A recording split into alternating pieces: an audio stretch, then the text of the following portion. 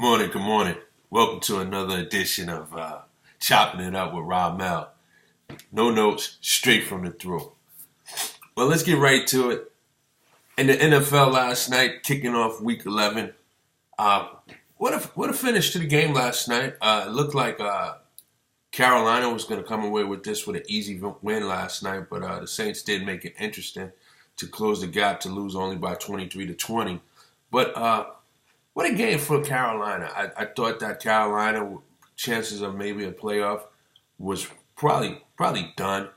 And to have a win at home like this to kick off this week, I wonder if this is something that can propel them to make this a good finish, to get back into the races. Because, anything can happen in the NFL, don't get me wrong. A 3-game winning streak can put you in the thick of things. 3-game losing streak can take you out of things, So what a win! I want to talk about a pass right before the half that Cam Newton threw to Ted Ginn.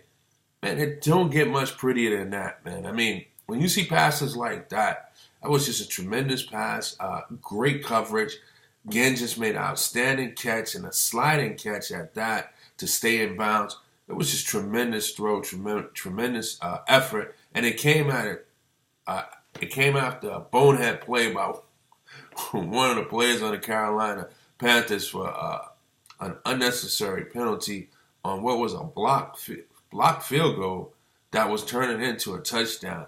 But the very next play they came back to get a touchdown. I tell you, if Cam Newton is throwing the ball like that, I won't count them out as of yet. I mean, that was a phenomenal throw. I mean, just a phenomenal throw that he threw last night. So, again, Carolina comes away with the win.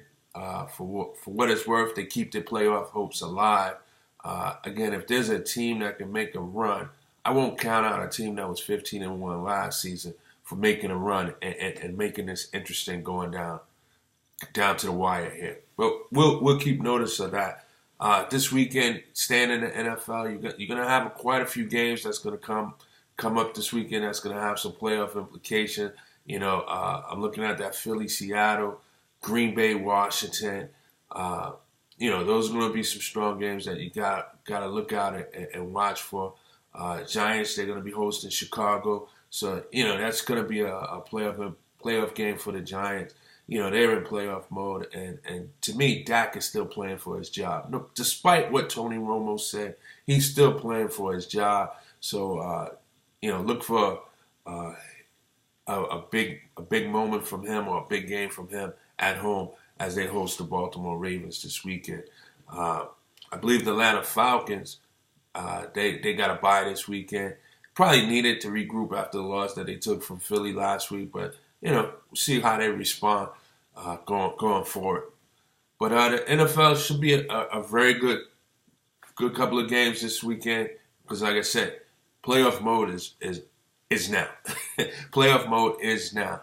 Moving on to the NBA, that is, I know it would be too much to ask for my team, the New York Knicks, to pull off a back-to-back win and 3 in a row. I'm not going to harp on them too much. The score, they lost by 7 last night on the road to Washington. Score doesn't really quite tell the story here. They were being blown out, and then somehow or another, I guess with the second unit in for Washington, New York came back. But for the most part, this was a blowout. Score doesn't really indicate the type of game that it was.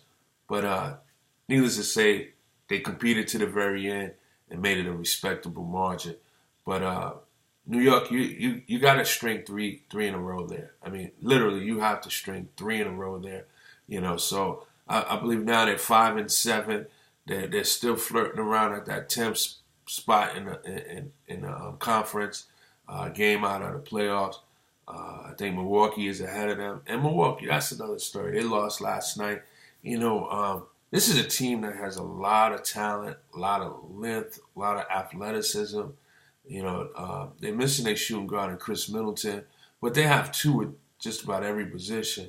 I question some of you out there, is Jason Kidd the guy for this job? Because I tend to think he is not. I think that this team is filled with so many one-and-done players that I think they need a teacher of a coach there because some of them still needs the game to be taught to them. That in the case of the Greek Freak, he didn't even go to college. There's a bunch of players over there that went to college for 1 year and only. And, quite frankly, I grew up in the era where you went 3, 4 years, and all the teachers of the game was in college. The pro coaches, they expect you to execute. So it was just always just a few.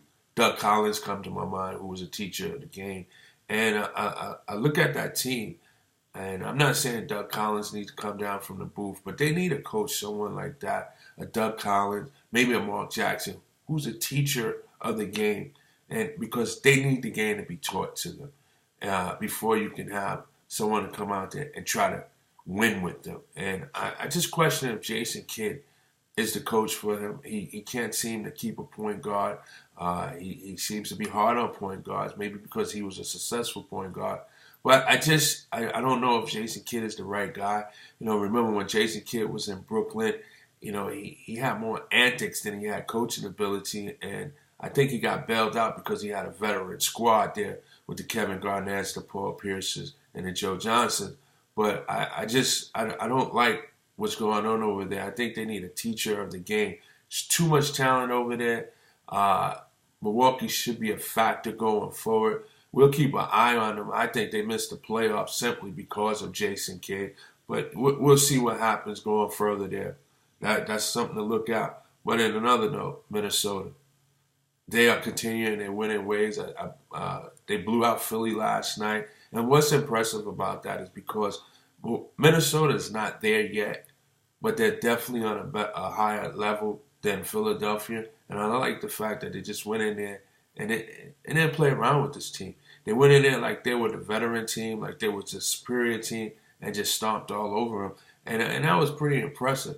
A couple of shows back, I made comment, is Andrew Wiggins possibly a bust? Maybe he heard the show because he's been putting up some numbers ever since I made that comment.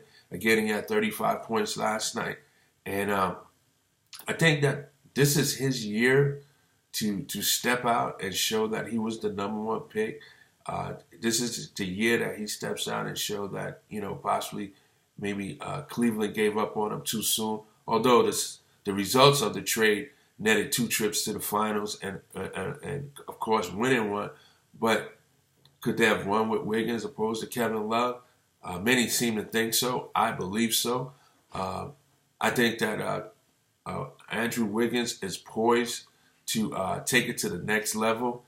He has that ability. So keep an eye on that. But I think that this is the year for him as Karl Anthony Towns is coming into his own. But more importantly, they have a coach in Tom Thibodeau.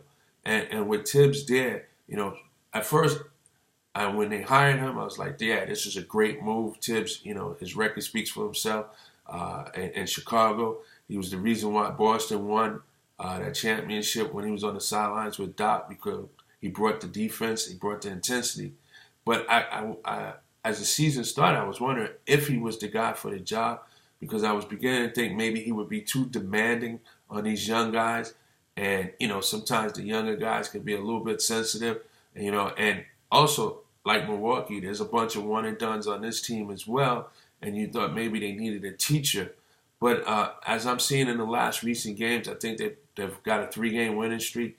It looks like maybe the chemistry is brewing and they're beginning to gel. I mean, you got to remember, they got multiple talent over here. I mean, it's not just Wiggins and Karl Anthony Towns, but it's also Zach LaVine. It's also Rubio. It's also Chris Dunn. It's also, his name, Shabazz Muhammad.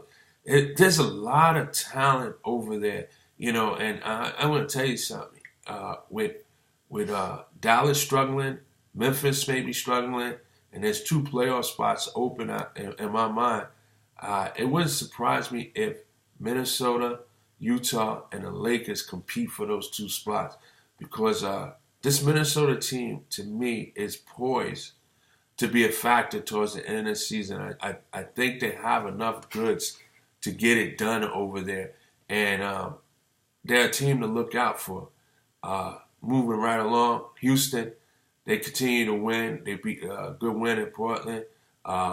James Harden continued to put up monster numbers this year, playing the point guard position, 26 points, 14 rebounds, 12 assists last night. I mean, the question is, will LeBron, Westbrook, or Harden, will any of them have a season where they net a triple-double the whole season, average a triple-double? I think it might get done.